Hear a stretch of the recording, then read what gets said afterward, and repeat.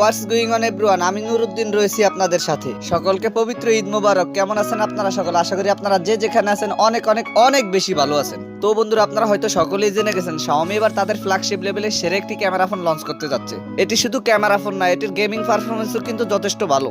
কারণ এই ফোনটিতে ব্যবহার করা হয়েছে স্ন্যাপড্রাগনের সবচেয়ে লেটেস্ট চিপসেট স্ন্যাপড্রাগন 8+ Gen 1 চিপসেটটি। বরাবরের মতো আপনারা সকলেই জানেন এই চিপসেটটি কিন্তু যথেষ্ট পাওয়ারফুল এবং গেমিং একটি চিপসেট।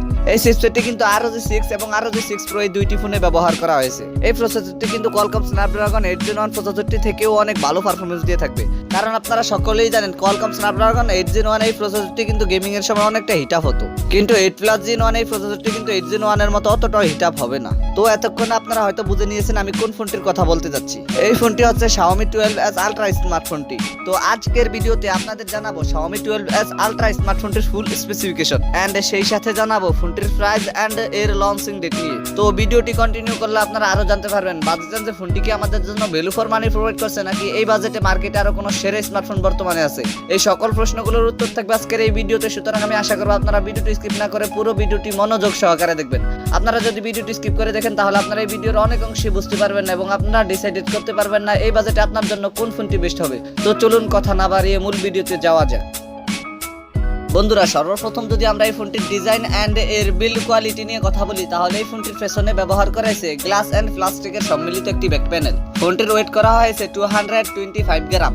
এতে আর নতুন করে কিছু বলার নেই। আপনারা সকলেই জানেন ফ্ল্যাগশিপ লেভেলের ফোনগুলো সাধারণত একটু ভারী হয়ে থাকে, এবারও কিন্তু তার ব্যতিক্রম নয়। আর সবচেয়ে ভালো দিক যেটি রয়েছে এটি হচ্ছে ফোনটিতে ব্যবহার করেছে IP68, যার ফলে ফোনটিতে হালকা পানি ছিটে ফোটে অথবা ফোনটি পানিতে পড়ে গেলেও কোনো পানি ঢোকার সম্ভাবনা নেই। এক কথায় বলতে পারেন এই ফোনটি একটি ওয়াটারপ্রুফ ফোন। এই ফোনটির রিয়ার প্যানেলে দেওয়া হয়েছে হনর ফোনের মতো একটি কোয়াড ক্যামেরা সেটআপ, যার উপরের দিকে গ্লোসি ফিনিশের মধ্যে থাকছে বেশ বড় সড় মাপের একটি ক্যামেরা সেটআপ। ফোনটির ফ্রন্ট পার্টে আসলে আপনারা একটি ফুল ভিউ ডিসপ্লের মাঝখানে পেয়ে যাবেন পাঞ্চুল ক্যামেরা সেটআপ। ফোনটিকে ব্ল্যাক এন্ড ডার্ক গ্রিন এই দুইটি কালারেই পেয়ে যাবেন। তো ফোনটির ডিজাইন নিয়ে বলতে গেলে বাজেট রেঞ্জে ফোনটির ডিজাইন আমার কাছে মোটামুটি মনে হয়েছে। আপনাদের কাছে ফোনটির ডিজাইন কেমন লেগেছে কমেন্ট করে অবশ্যই জানাবেন। দেন সেকেন্ডলি যদি ফোনটির ডিসপ্লে নিয়ে কথা বলি তাহলে এই ফোনটিতে ব্যবহার করা হয়েছে 6.73 ইঞ্চির LTPO2 AMOLED প্যানেলের ডিসপ্লে, যাতে থাকছে ফুল HD প্লাস রেজুলেশন এবং এই ডিসপ্লেতে ব্যবহার করা হয়েছে 120 হার্টজের হায়ার রিফ্রেশ রেট। ফোনটির ডিসপ্লেতে 120 হার্টজের হায়ার রিফ্রেশ রেট ব্যবহার করা গেমিং এর সময় ফোনটির ডিসপ্লে থেকে আপনারা স্মুথ একটি পারফরম্যান্স পেয়ে যাবেন। আর ডিসপ্লেটির ফিক্সড ব্রাইটনেস করা হয়েছে 1500 নিটস। ডিসপ্লেটির ফিক্সড ব্রাইটনেস 1500 নিটস ব্যবহার করা ফোনটিকে আপনারা লো লাইট এবং সানলাইটে ইজিলি ব্যবহার করতে পারবেন। বিশেষ করে ফোনটিকে লো লাইটের পাশাপাশি সানলাইটে ব্যবহার করার সময় ফোনটির ডিসপ্লে থেকে কোনো রকমের আলোর ঘাটতি ফেস করতে হবে না। আর প্রোটেকশন হিসেবে ফোনটির ডিসপ্লেতে ব্যবহার করা হয়েছে কর্নিং গরিল্লা গ্লাস।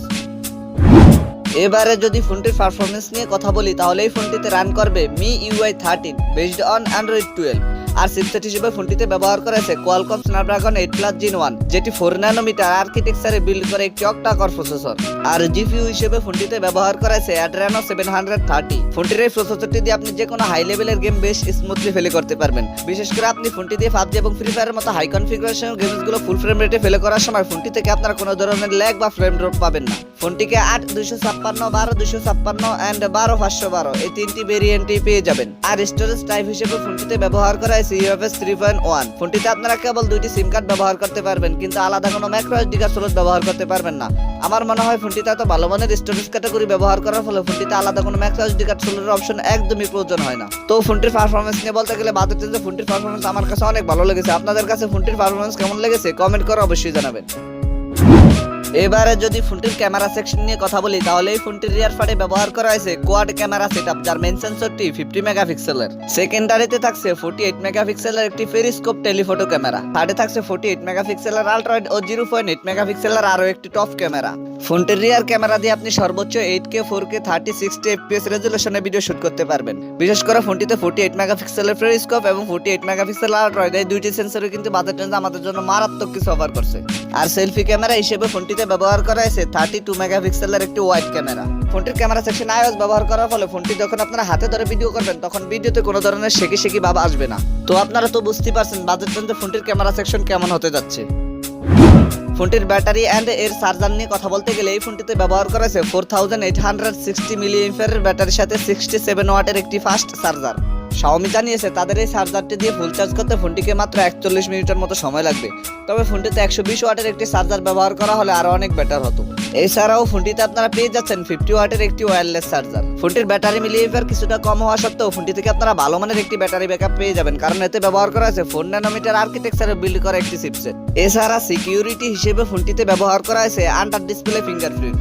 আর ফিচার হিসেবে ফোনটিতে 3.5 অডিও জ্যাক ব্যতীত প্রায় সকল ধরনের ফিচারই থাকছে, যেমন Bluetooth 5.2, USB type C port 2.0, WiFi 802.11 NFC সহকারে থাকছে জিপিএস। তবে ফোনটিতে যদি 3.5 অডিও জ্যাকটি ব্যবহার করা হতো তাহলে কিন্তু ফোনটি আমাদের জন্য আরো দুর্দান্ত কিছু অফার করতো, কিন্তু ফ্ল্যাগশিপ লেভেলে আমরা এখন অনেক ফোনেই 3.5 অডিও জ্যাকটি দেখতে পাই না। ফোনটির প্রাইস এন্ড এর লঞ্চিং ডেট নিয়ে কথা বলতে গেলে এই ফোনটির প্রাইস হতে পারে বাংলাদেশে 1 লাখ টাকার আশেপাশে। তবে ফোনটি কিন্তু বাংলাদেশি বাজারে এখনো লঞ্চ হয়নি। ফোনটি যদি বাংলাদেশি বাজারে লঞ্চ হয় ইনশাআল্লাহ আপনাদেরকে ভালোভাবে জানিয়ে দেবো ফোনটির প্রাইস এবং ফুল স্পেসিফিকেশন সম্পর্কে। আপনি যদি ফোনটির পরবর্তী ভিডিও মিস না করতে চান তাহলে আমাদের চ্যানেলটিকে সাবস্ক্রাইব করে পাশে আসা বেল আইকনটিতে প্রেস করে রাখুন। তো আশা করি আপনাদেরকে Xiaomi 12s আলট্রা এই স্মার্টফোনটি সম্পর্কে মোটামুটি একটি ভালো ধারণা দিতে পেরেছি। এরপরও যদি আপনাদের কোনো সমস্যা থেকে থাকে তাহলে কমেন্ট বক্সে জানাতে পারেন, আমি চেষ্টা করবো আপনাদের কমেন্টে রিপ্লাই দেওয়ার জন্য। আর যদি মনে হয় ভিডিওটি থেকে একটু উপকৃত হয়েছেন তাহলে ভিডিওটিতে একটি লাইক দিয়ে দিবেন, ভিডিওটি বন্ধুদের মাঝে শেয়ার করে দিবেন। Anyway, thank you so much for watching this video. দেখা হচ্ছে খুব শীঘ্রই নতুন কোনো ভিডিওতে নতুন কিছু নিয়ে। চিল দেন, টেক কেয়ার, আসসালামু আলাইকুম।